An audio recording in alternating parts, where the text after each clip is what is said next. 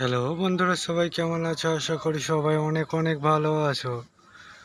বন্ধুরা, রাজ্যের আবহাওয়া আজকে সন্ধ্যের পর পরিবর্তন হইতে চলেছে। ঠিক আছে বন্ধুরা, আজকে আবহাওয়া আবারও পুরো খামখেয়ালি চালু করে দেবে সন্ধ্যের পর থেকে। ঠিক আছে, সন্ধ্যের আগে আমরা কিছু প্রভাব পাবো না, অতটা সন্ধ্যের পর থেকে প্রভাব পেতে চলেছি। ঠিক আছে বন্ধুরা, মানে পুরোপুরি প্যাচকেচে হালকা গরম থাকবে, তার সাথে হাওয়া দেখতে পাবো হঠাৎ পরিবর্তন।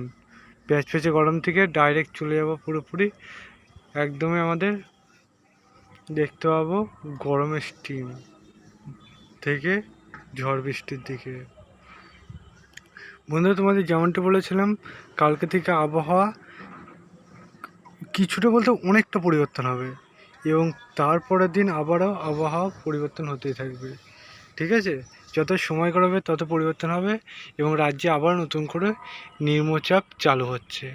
বন্ধুরা, রাজ্যে যে আবহাওয়া পরিবর্তন হচ্ছে একটাই কারণ হচ্ছে, আমরা তো জানি দীর্ঘ কয়েক দিন আমরা ঠিকমতো রাজ্যে বৃষ্টিপাত পাইনি। সে না বন্ধুরা, এইভাবে ঘূর্ণাবর্ত তো একের পর এক আছে কিছুদিন পর পর। ঠিক আছে, এখন আপাতত আজকে সেই পরিমাণ বৃষ্টিপাত আজ আমরা বঙ্গবাসী পাবো না, পেলেও দু এক পাশলা বৃষ্টিপাত পাবো।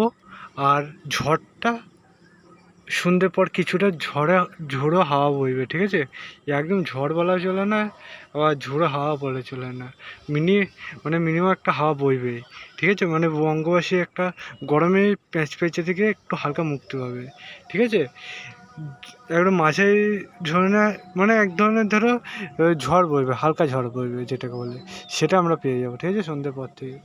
এবছর বন্ধুরা আজকে দিনটা যাবে, কালকে থেকে আবহাওয়া একটু গরমের স্টিম চালু হবে। যত সময় গড়াবে তত গরমের স্টিম চালু হবে এবং গরমের সাথে আমরা পুরোপুরি গরমটা পেয়ে যাব কালকে এবং রোদ্দুরও পেয়ে যাব।